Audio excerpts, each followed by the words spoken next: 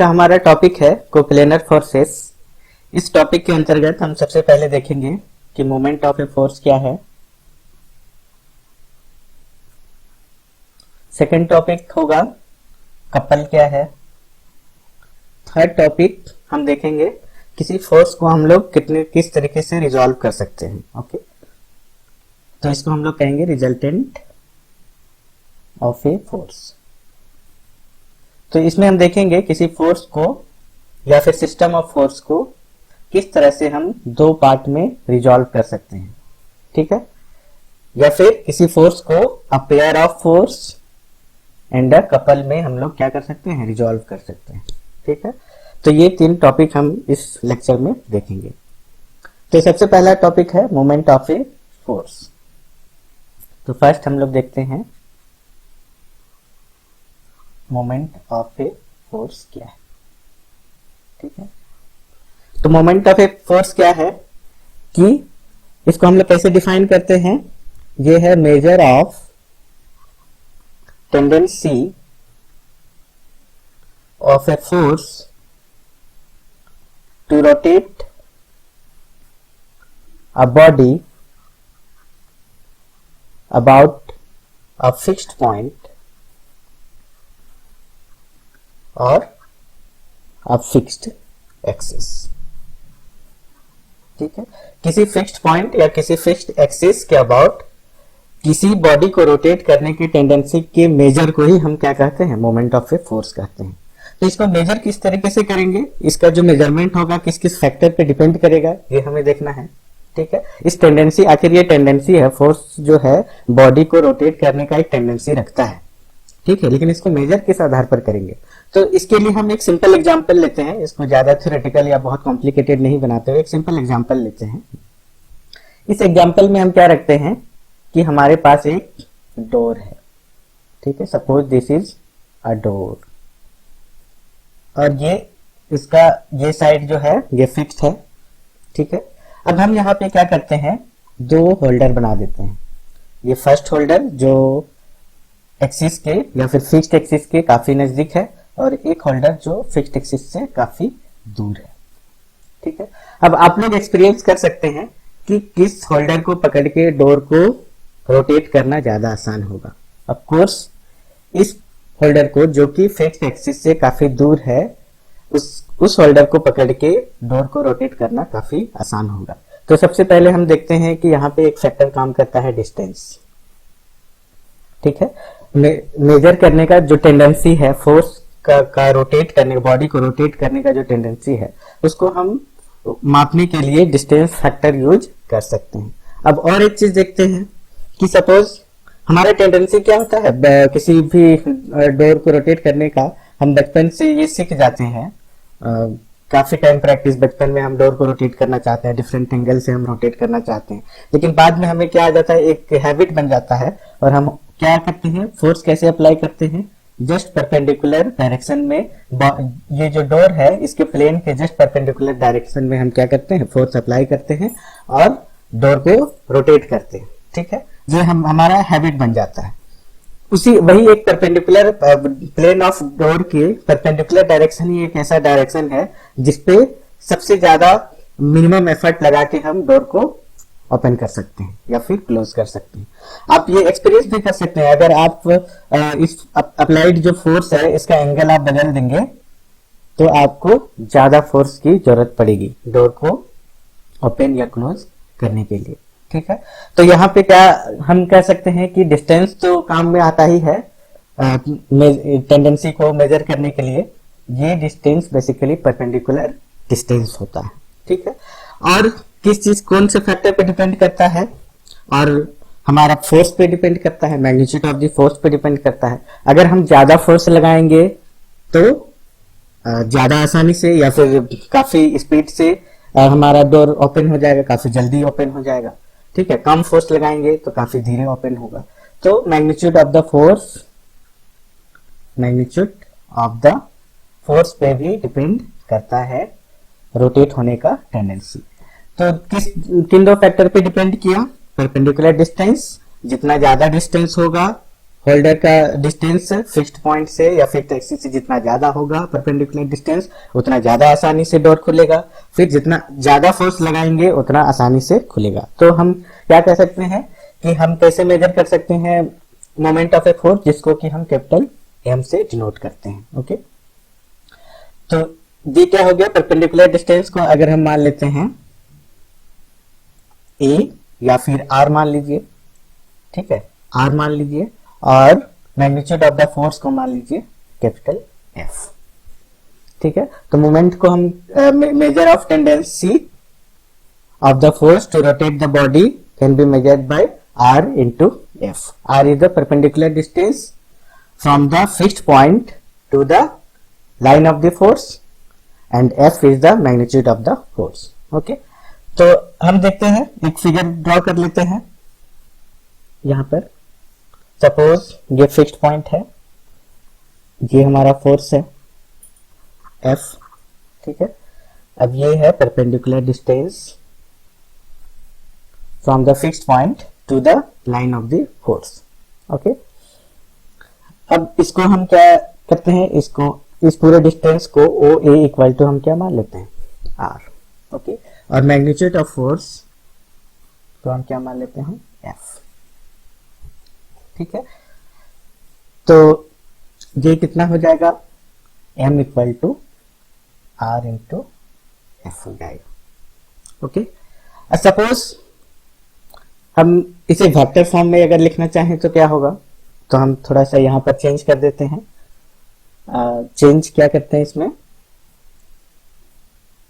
Suppose new figure बना लीजिए, ये है फिक्स्ड पॉइंट, ये है लाइन ऑफ फोर्स। ठीक है, सपोज कोई एक आर्बिट्ररी वेक्टर है,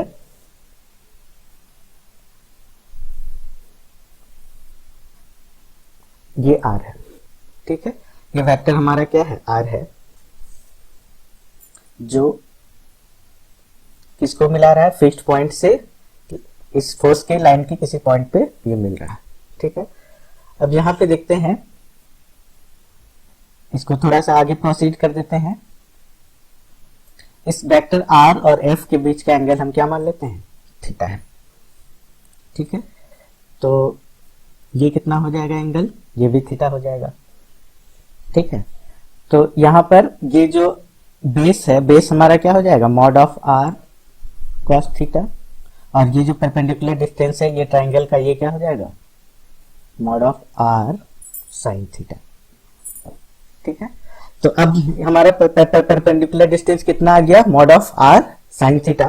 तो हम मोमेंट को कैसे मेजर करेंगे, mod of R sine theta into magnitude of the force.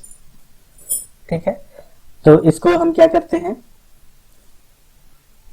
कैसे लिख सकते हैं इसको, आर एफ साइन थीटा। ठीक है, लेकिन यहां पर क्या देखते हैं, ये जो मोमेंट है उसका डायरेक्शन भी होता है। ये एक्चुअली बेसिकली क्या है, एक वेक्टर क्वांटिटी है। ठीक है, तो इसको समझने के लिए भी एक एग्जांपल हम लेते हैं। सपोज आपके पास एक कील है, ठीक है, कील है, इसको किसी बोर्ड पे, सपोज ये एक कील है,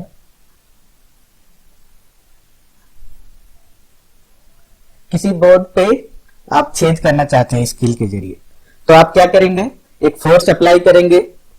ठीक है, और इसको क्लॉकवाइज डायरेक्शन में अगर रोटेट करेंगे, फोर्स अप्लाई करेंगे और क्लॉकवाइज डायरेक्शन में इसको अप्लाई करेंगे, तो क्या होगा, ये कील जो है कि इनवर्ट डायरेक्शन में अंदर चला जाएगा।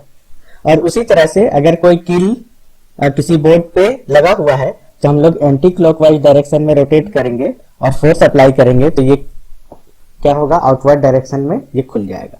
तो अगर फोर्स रोटेशन का टेंडेंसी को उत्पन्न करता है, तो इसका मतलब क्या है कि वो रोटेशन के कारण जो मोमेंट होता है उसका एक डायरेक्शन भी होता है। ठीक है, मोमेंट ऑफ द फोर्स का क्या है, एक डायरेक्शन भी होता है, और जो कि किस ओर होता है, परपेंडिकुलर आर और एफ क्या है, दोनों को मिला के दोनों जिस प्लेन पे रहते हैं, ठीक है, आर और एफ क्या है, किसी प्लेन पे रहेंगे, तो उस प्लेन के परपेंडिकुलर हमारा मोमेंट जनरेट होता है।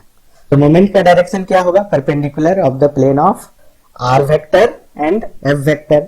अब परपेंडिकुलर होगा तो inward direction of the plane होगा कि outward direction of the plane होगा। तो इसे देखने के लिए हम क्या करेंगे कि ये जो आर वेक्टर है, आर वेक्टर क्या है, ओ से ए, ओ ए वेक्टर को हम लोग क्या कह रहे हैं, आर वेक्टर कह रहे हैं।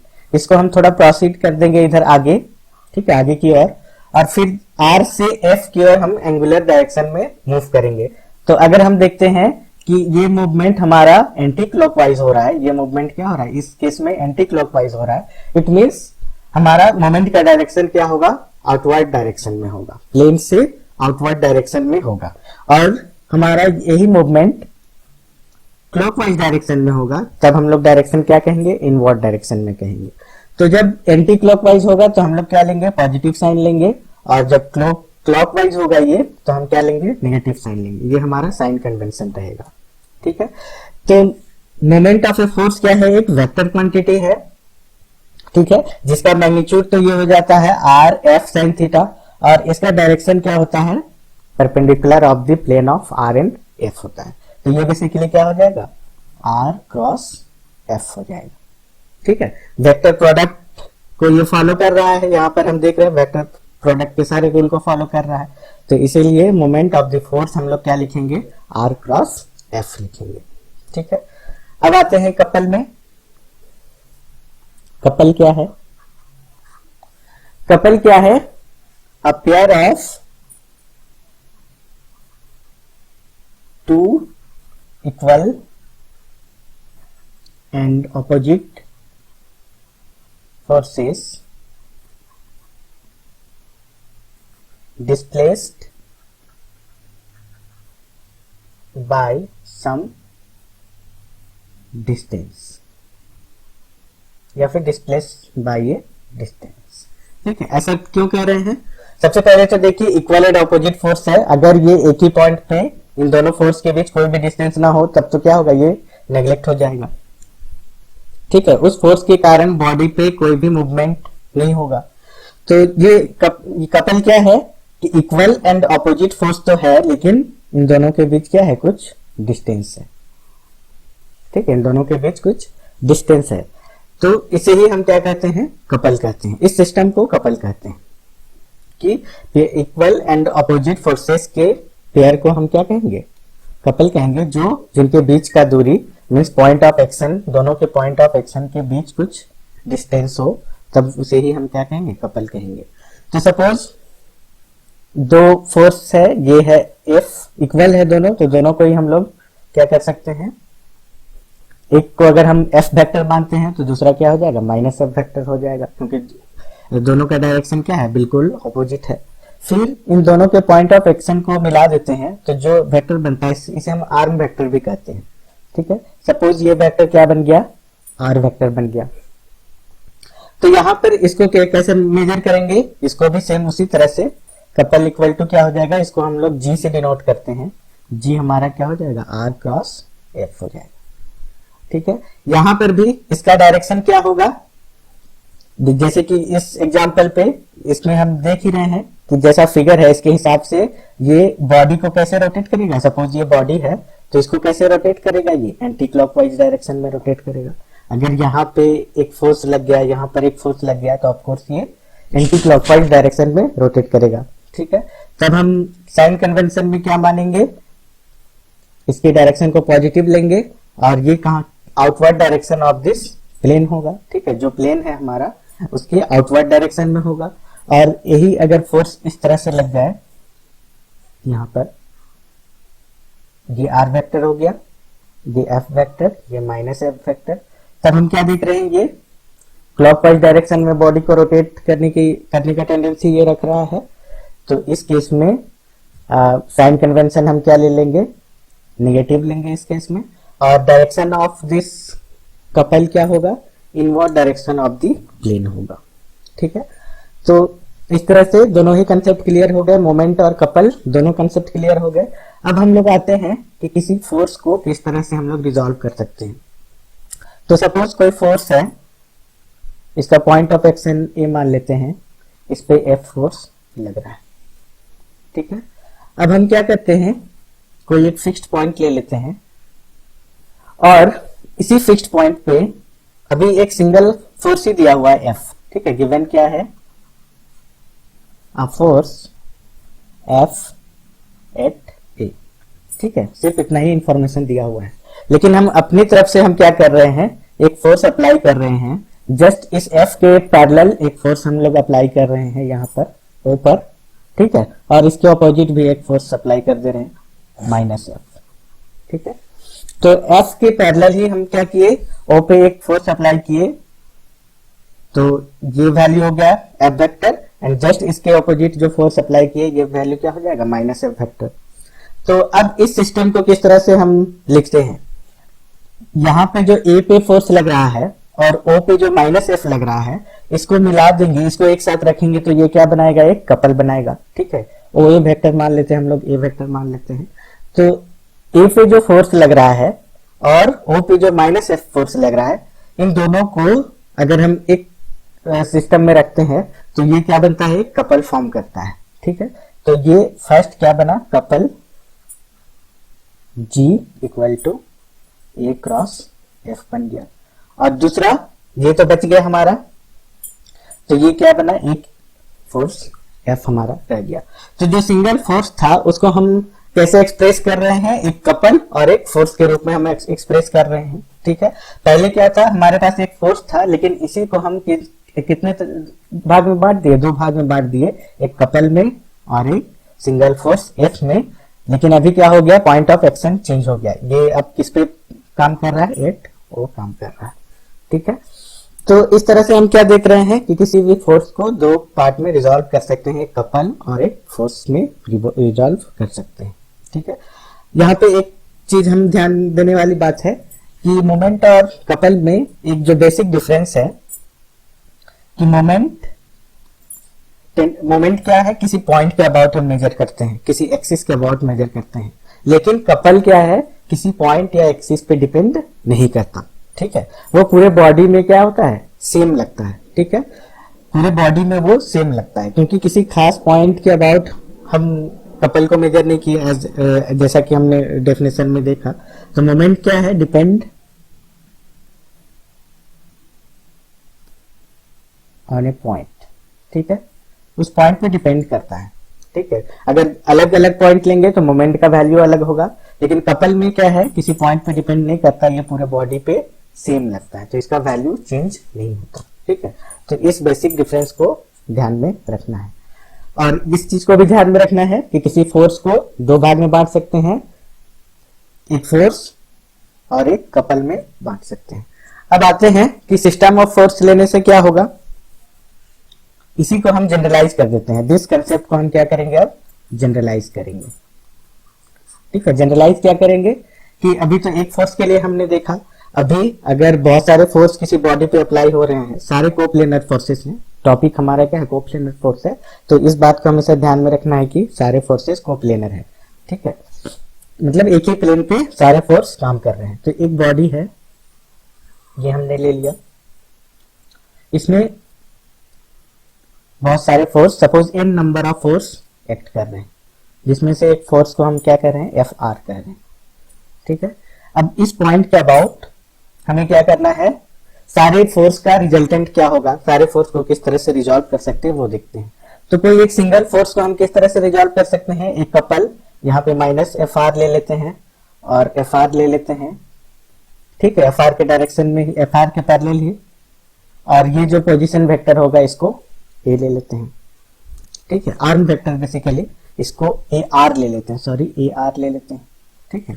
ये RH वेक्टर के लिए हमने क्या देखा, कोई एक सिंगल की तरह सिंगल फोर्स को अगर हम कंसीडर करें तो क्या देखिए, सिंगल फोर्स को एक कपल और एक फोर्स के रूप में हम लोग रिजॉल्व कर दिए। तो इसी तरह से सारे फोर्स के लिए कर सकते हैं, ठीक है। F1 को हमने क्या, Fr को किस में रिजॉल्व कर दिया, एक कपल E क्रॉस F और H में रिजॉल्व कर दिया, सॉरी, इट मीन्स कि F1 जो है इसको हमने रिजॉल्व कर दिया A1 क्रॉस F1 एक कपल में, और एक फोर्स F1 एट O पे रिजॉल्व कर दिया। फिर F2 को इसी तरह से A2 क्रॉस F2 पे रिजॉल्व कर दिया, ये कपल है हमारा, ठीक है, और F2 एट O। इसी तरह से हम FR को क्या किए, रिजॉल्व कर दिए AR क्रॉस FR और एक फोर्स FR एट O, ठीक है। एंड FN को भी हम क्या कर दिए, रिजॉल्व कर दिए AN cross FN and FN at O, ठीक है।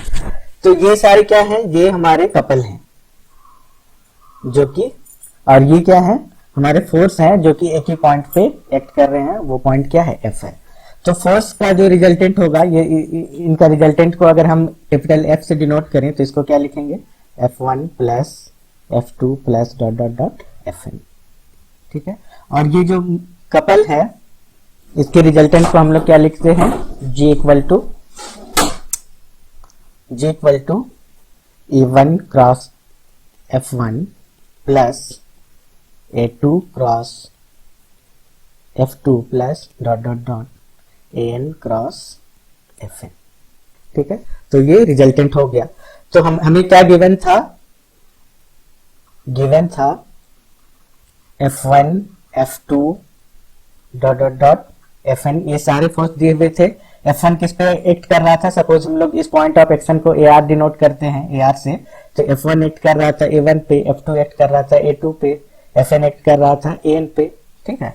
तो इन सारे फोर्स को हमने रिजॉल्व कर दिया एक सिंगल फोर्स में, जिसका वैल्यू क्या है, F1 plus F2 plus dot dot dot Fn, जो कि किस पॉइंट पे एक्ट कर रहा है, O पे, और एक कपल में रिजॉल्व कर दिया जिसका वैल्यू क्या है, A1 cross F1, A2 cross F2 dot dot dot AN cross Fn, ठीक है। तो ये एक बहुत ही इंपॉर्टेंट कंसेप्ट है जो कि काफी पूछा जाता है। इसको, इस कंसेप्ट को किस फॉर्म में पूछा जाता है उसे लिख लीजिए, ठीक है। जितना आज आपने समझा, इसी को अपने लैंग्वेज में लिखना है, ठीक है। तो मैं क्वेश्चन लिख देता हूं यहाँ पर। ये क्वेश्चन 2020 एंड 2018 में पूछा जा चुका है। Find the resultant of coplanar forces acting on A rigid body, ठीक है। इसी को दूसरे फॉर्म में कैसे पूछा जा सकता है, to prove that a system of coplanar force acting upon a rigid body can be reduced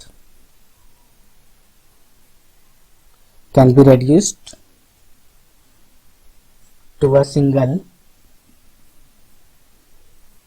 force through any